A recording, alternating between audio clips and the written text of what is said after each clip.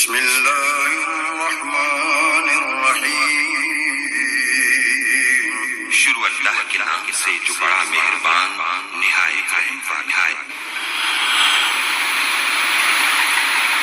یا الہی جب تک میرے بدن میں جان رہے، میری یہ تمنا ہے کہ میرے لب پہ تیرا قرآن رہے، اور یہ تمنا ہے کہ اس دنیا میں کوئی کام کر جاؤں، مولا اگر توفیق مل جائے تو خدمت اسلام کر جاؤں، اور یہ تمنا ہے کہ تعلیم قرآن عام ہو جائے، مولا یہ تمنا ہے کہ تعلیم قرآن عام ہو جائے، تمام پرچموں سے اونچا پرچم اسلام ہو جائے۔ تو رحیم ہے تو کریم ہے،